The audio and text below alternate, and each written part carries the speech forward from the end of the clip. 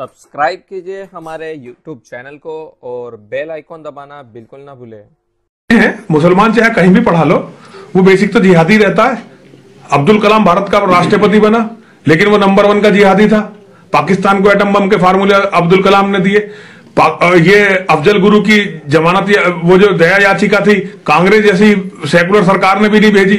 सारे प्रोटोकॉल को तोड़ के केवल 48 घंटे के अंदर अफजल गुरु की मां और पत्नी से जो है और बेटे से अब्दुल कलाम ने भेंट की थी। अब्दुल कलाम ने वहां एक सेल बनाई थी राष्ट्रपति। आप अभी गूगल पे ढूंढिए अब्दुल कलाम और अफजल गुरु का जो है संबंध, गूगल पे ढूंढिए, तब आपको समझ में आना शुरू होगा। उसके बाद फिर आप रिसर्च करिए, फिर आपको समझ में आएगा कि मैं क्या कह रहा हूं। पाकिस्तान से लिंक की बात की आपने। देखिए, ये एक बहुत वैसा वो है, और मैं इसके बारे में ज्यादा नहीं कहना चाहता, लेकिन फिर भी आप सर्च करिए ना। आप सर्च करेंगे तो आपको सच का पता चलेगा कि कितने वैज्ञानिकों की हत्या हुई जब अब्दुल कलाम भारत का राष्ट्रपति था और डीआरडीओ का चीफ था।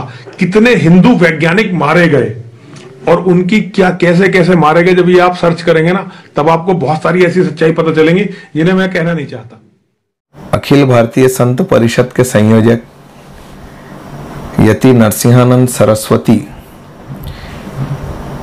ये प्रेस मीडिया को बयान दे रहे हैं, जिस बयान में उन्होंने भारत के पूर्व राष्ट्रपति दिवंगत एपीजे अब्दुल कलाम साहब का जिक्र किया और उनके विषय में बहुत ज्यादा विवादित टिप्पणी की, विवादित बयान दिया। उनके धर्म से जोड़कर इस विवादित बयान का हम मजलिस इत्तेहादुल मुस्लिमीन की तरफ से खंडन करते हैं। और मेरा ये मानना है, जब इनका ये बयान मैंने देखा तो मैंने नेट पे सर्च किया कि तो बहुत सारी बातें उन्होंने दिवंगत एपीजे अब्दुल कलाम साहब के बारे में पत्रकारों को आधे अधूरे में छोड़ते हुए कहा कि आप सर्च कीजिए। तो मैंने सोचा कहीं क्यों ना इनके बारे में थोड़ा बहुत सर्च कर लिया जाए। जब मैंने सर्च किया तो इनके लायक, इनकी तारीफ में बताने लायक कुछ भी नहीं मिला मुझे। लेकिन जब मैंने भारत के मिसाइल मैन, भारत रत्न पुरस्कार से सम्मानित, पद्म विभूषण अवार्ड से सम्मानित, पद्म भूषण अवार्ड से सम्मानित, रामानुजन अवार्ड से सम्मानित, इंदिरा गांधी अवार्ड से सम्मानित और इंटरनेशनल वॉन कार्मन विंग्स के अवार्ड से सम्मानित, IEE ऑनररी मेंबरशिप के अवार्ड से सम्मानित, और सबसे ज्यादा अहम, इनके बयान को घृणास्पद, इनके जहन में जो कचरा भरा है, वो कचरा जो उनकी जबान पे आया समाज को लेकर, उसको देखते हुए सबसे अहम अवार्ड मैं ढूंढ के निकाला हूं। 1998 में डॉक्टर एपीजे अब्दुल कलाम साहब को दिया गया था वीर सावरकर अवार्ड। तो अब मैं उन महाशय से ये पूछना चाहूंगा आपके माध्यम से कि वीर सावरकर के मानने वाले कौन, ये उनके नाम से बनाने वाला अवार्ड कौन, और ये क्यों एपीजे अब्दुल कलाम साहब को दिया गया, जब कि इन लोगों का ये कहना है कि एपीजे अब्दुल कलाम साहब ने एटॉमिक रिसर्च के नुस्खे पाकिस्तान को दिए। एपीजे अब्दुल कलाम साहब जिहादी मानसिकता के थे। तो मेरा इन जहरीली और विषैली टिप्पणी करने वाले लोगों से सवाल है कि आप इस दोगली और निचले स्तर की मानसिकता से बाहर आइए, हकीकत में आइए।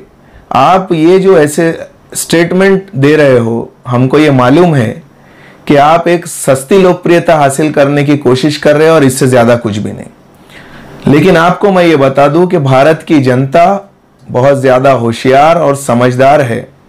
भारत की जनता आज के युग में जी रही है, 2021 में जी रही है। उसको मालूम है कि बात करने वाले की नीयत क्या है, उसको मालूम है कि किस नीयत से ये स्टेटमेंट दिया जा रहा है। इसलिए मैं उनसे कहना चाहूंगा कि आपकी ये घृणा फैलाने वाली राजनीति, आपकी 2% की जबान, आपके 2% की बातें, ये भारत की जनता पे असर नहीं करने वाली है।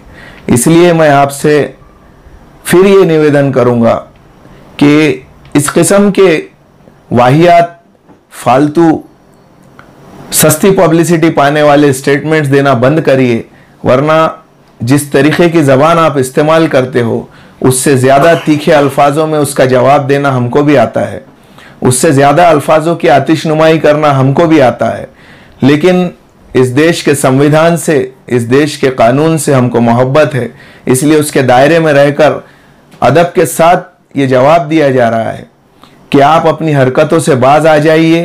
इन सारी बातों के एवज आपको बिना शर्त माफ़ी मांगनी चाहिए, वरना भारत सरकार से, राज्य सरकार से हमारी अपील है कि इस किस्म के लोगों के खिलाफ कड़ी से कड़ी कार्रवाई की जाए और इनको आईपीसी की विविध धाराओं के तहत इनके ऊपर केसेस किए जाए।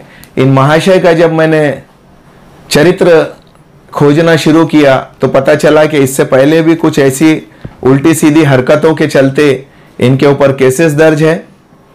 तो मेरी भारत सरकार से, राज्य की सरकारों से ये निवेदन है कि इनके खिलाफ आईपीसी की विविध धाराओं के तहत केस दर्ज होकर कड़ी से कड़ी कार्रवाई होनी चाहिए और भारत में दिवंगत राष्ट्रपति डॉक्टर एपीजे अब्दुल कलाम साहब, देश के मिसाइल मैन, जिन्होंने हमारे देश को, फौज को मिसाइल से आरास्ता किया, एक बड़ी ताकत के रूप में दुनिया में अपने मुल्क को प्रस्तुत किया, वैसी शख्सियत के बारे में अगर ये निचले दर्जे की घटिया सोच रखने वाले लोगों के खिलाफ में कार्रवाई नहीं होती है तो उनके चाहने वालों का पूरे देश में दिल दुखा है, उसका खामियाजा नहीं भरा जा सकता है।